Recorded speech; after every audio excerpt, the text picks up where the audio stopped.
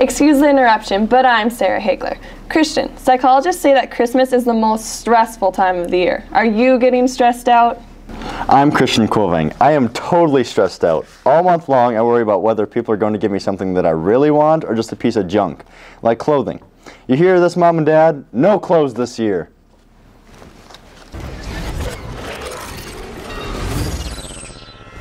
Everybody needs clothes. Oh, big deal about clothes. I've been wearing the same pair of underwear for the last 2 weeks, and neither of you guys have said a thing. It's not that we didn't think about it.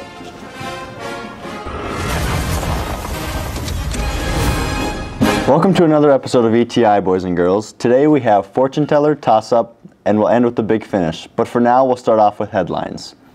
Sarah, what was it like to play at the state tournament?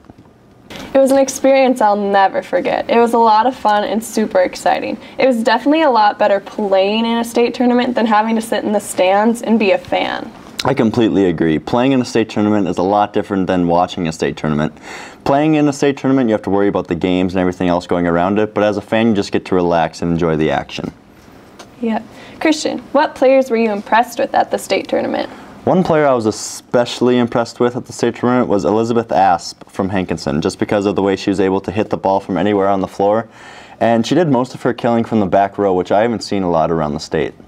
Yeah, she was pretty impressive, but I think Morgan Olson from Our Redeemers was more impressive. She's a setter and a right side hitter, and she dominated. She could score anywhere on the floor also. She was fun to watch. Who was your toughest competition for Senior Athlete of the Year? I didn't know many of the people that were up for Senior Athlete of the Year. I knew Alex Erickson from Kindred out of Region 1, and then I knew Gabby Bulla from Minot Ryan, but those are the only two that I've seen play, so I didn't know much of my competition. To be honest, I didn't know any of the other senior athletes out there on the floor other than you, so I couldn't really have an opinion on this subject. Yeah. Did you like the tournament format? I really like the tournament format just because combining both Class A and Class B really gave it a better type of atmosphere.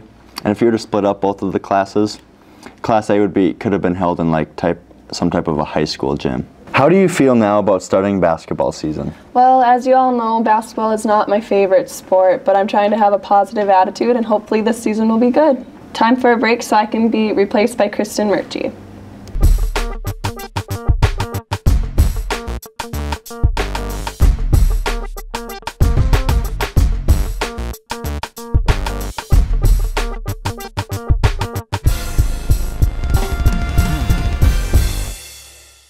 Welcome back. Now I'm joined by volleyball player Kristin Murchie.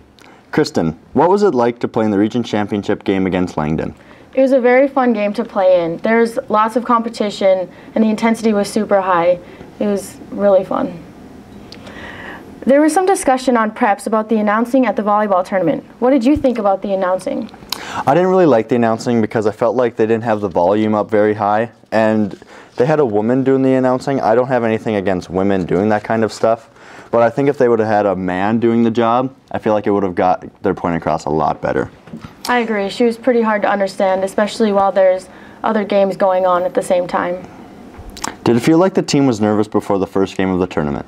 I think we were nervous, but they were good nerves and they helped us get past those really tough teams. You could definitely tell that right away that our team was nervous just by the way we came out. And it gave us fans type of like a uh-oh type of feeling. But once you guys got it back under control, we knew we had it in the bag. Besides the actual tournament, what else was fun about the experience? Speaking from the fans' point of view, I really enjoyed the type of format and where we were at, just because in Minot I was able to go to like any restaurant that I wanted and was able to go to the mall at any separate time, and I didn't have to worry about anything that the team was doing or what was scheduled for us. The stuff we did as a team was really fun, and our meals were always really good. Also, we got to go to the mall, so we got to do a lot of stuff too. How did it feel to get the winning point at the state championship? It felt really good, and Stephanie Miller actually, as I was running out onto the court, told me to get an ace, so I did it. Congratulations. Thanks. Time for a break. When we come back, we'll have fortune teller.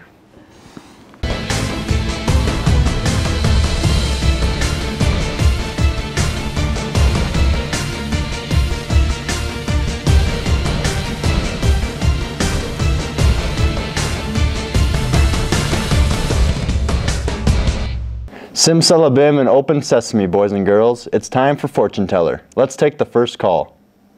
This is Megan. Do you foresee the volleyball team making it to state next year? Obviously, next year we're going to be losing a very important player, but I think we can pull it off. I don't see the volleyball team making it to state next year just because I think it's going to be very difficult for us to pull together and to replace the senior leadership that we lost in Sarah and Carly. This is Alex. Do you foresee other North Star teams will make it to state this year?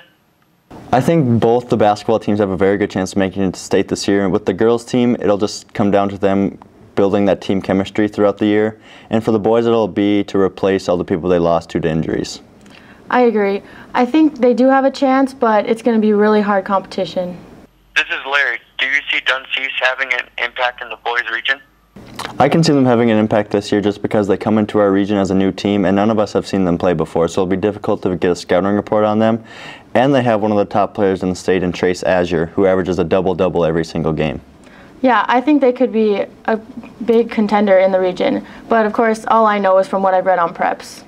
Now it's time for a short break, and coming up next we'll have toss-up.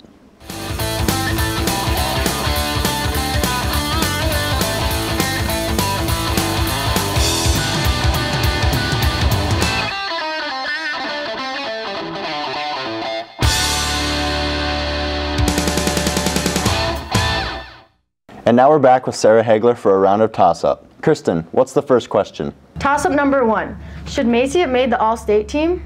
I can't really speak on the voters' viewpoint of why they didn't put her on the All-State team, but one reason that I could think of is because most of the people that did make the team, they had All-State type stats all around the floor because they would play every single position, whereas she was more just in the front row. Yeah, it's hard to vouch for someone who only plays the front row. And I know 3 other players just from our region alone who had more impressive stats all the way around. Toss-up number 2. Who was the tougher team, Langdon or our Redeemers? I think Langdon was the tougher team. Their serving is almost impossible sometimes to return, and that is your first attack at a team when it comes to volleyball. Personally, I thought our Redeemers was the better team just because I feel like they had the better overall player in Morgan Olson just because she could have attacked us from anywhere on the floor. Toss-up number 3. Will Alex play at all this season? I don't think he'll play this year. He's moving way too fast in his recovery, and he's just going to get hurt again doing stuff he's not supposed to do. I personally think he will play this year just because from rumors that I've heard that his rehab is way ahead of schedule, and they're talking about him coming back around the end of January to early February. And now it's time for the big finish. Who had the most impressive cheering section at state? Coming from me, a non-biased, opinionated citizen, I would have to say that we had the most impressive cheering section at state just because of how small a number of people we had and the amount of noise that we were able to make. Will the small number of practices affect the girls' basketball team? Yeah, for those of us who are playing both volleyball and basketball, we've only had 3 or 4 practices, and you can definitely tell we're not quite in basketball shape yet. Our shots haven't been falling, and we're not able to run up and down the floor like we usually are. How did the football team fare in the All-State voting? Our football team had 3 people make the All-State team. Alex Weston made it as a first-team All-State receiver, and me and Jaden both made the second-team All-State. We're out of time. We'll try and do better next time. Good night, knuckleheads. Good night, Can Do.